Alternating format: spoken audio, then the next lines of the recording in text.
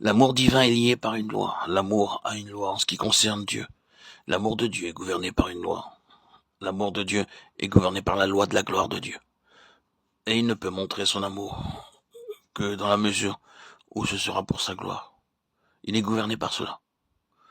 Sans loger partout, il manifeste son amour, c'est d'être glorifié, et la gloire de Dieu est liée à la résurrection. Ne t'ai-je pas dit que si tu crois, tu verras la gloire de Dieu? Ton frère ressuscitera.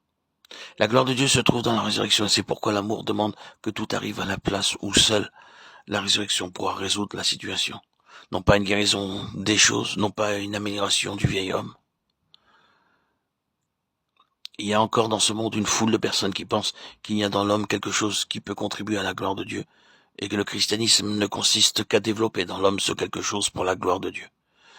C'est une longue illusion et un long mensonge. Ce n'est pas vrai. Vous pouvez donner à ce quelque chose le nom que vous voudrez. Il porte des noms différents. On l'appelle la lumière intérieure, ou l'étincelle vivante, ou la parcelle divine. Or, la parole de Dieu revient toujours à ce fait.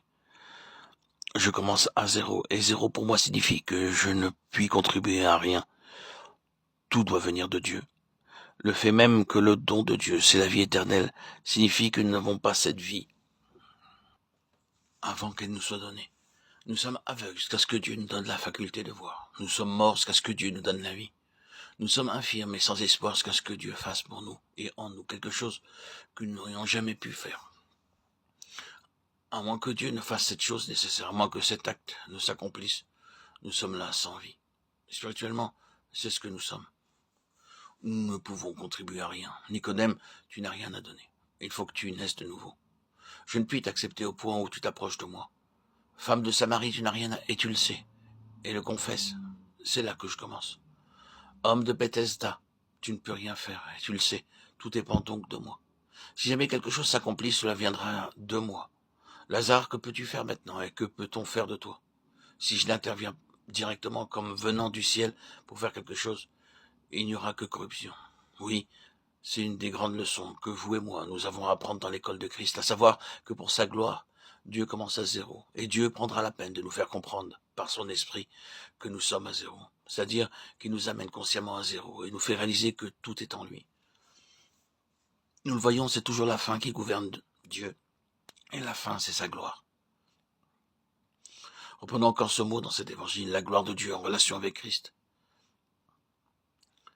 Le grand but de Dieu pour nous en Christ, c'est la gloire, la plénitude de gloire. Oui, mais ensuite il y a ceci, qu'aucune chair ne se glorifie devant lui. Où cela se trouve-t-il? Que celui qui se glorifie dans le Seigneur. 1 Corinthiens 1, 29, 30. Et à quoi cela est-il lié? Il a été fait pour nous, de la part de Dieu, sagesse et justice et sanctification et rédemption, afin, comme le dit l'Écriture, que celui qui se glorifie dans le Seigneur. C'est une question de savoir ce qu'il doit être. Aucune chair ne se glorifiera devant lui. Je ne céderai ma gloire à aucun autre. Ésaïe 42, 8, 48, 11. C'est pourquoi tout est au Seigneur. Et il gardera tout entre ses propres mains. Lorsqu'il eut compris que celui-ci était malade, il resta encore 2 jours dans le lieu où il se trouvait. Jean 11, 6. Dans l'amour gouverné par l'amour, afin que la gloire de Dieu fût révélée, il resta à l'écart. Avons-nous bien saisi cela? Il nous faut tant de temps pour apprendre cette leçon fondamentale et élémentaire.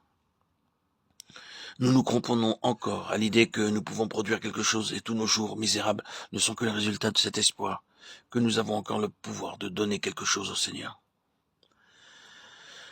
Et comme nous n'y arrivons pas, mais que nous faisons continuellement faillite, nous sommes misérables, parfaitement misérables. Il nous faut tant de temps pour arriver à la place où nous avons pleinement et définitivement accepté cette vérité, que si nous vivions aussi longtemps qu'un homme ait jamais vécu sur cette terre, nous ne pourrions pas, par nous-mêmes, offrir à Dieu un seul iota qui lui soit acceptable et qu'il puisse prendre et employer pour notre salut, pour notre sanctification. Non pas un seul brin. Tout ce dont il peut se servir, c'est de son Fils, et la mesure de notre gloire suprême sera la mesure de Christ en nous. Tout simplement cela. Il y aura des différences dans la gloire, comme une chose diffère d'une autre en gloire. Une gloire du soleil, une autre de la lune, une autre des étoiles. Il y aura des différences entre les degrés de gloire, et la différence entre les degrés de gloire dépendra pour finir de la mesure de Christ que chacun de nous possédons. Elle dépendra aussi de la mesure dont vous et moi, nous faisons réellement de Christ la base de notre vie, la base même de notre vie, de notre être, de la mesure ou le principe de ces mots qui nous sont si familiers à son application en nous. Non pas ce que je suis, mais ce que tu es. Christ est toute la gloire. L'agneau est toute la gloire dans le pays d'Emmanuel. Mes bien-aimés, quoi que ce soit que nous emportions dans toutes nos réflexions, toutes nos méditations, retenons bien ceci. C'est qu'au point de vue de Dieu, la gloire de la vie dépend entièrement de notre compréhension de Christ, de notre appropriation de Christ et de notre appréciation de Christ par la foi. Il n'y aura de gloire pour nous dans cette vie que, comme dans la vie à venir, que sur cette base et dans cette ligne. Je sais combien cela est simple, combien cela est élémentaire, mais c'est une chose qui gouverne tout. La gloire, que le Seigneur soit glorifié en nous.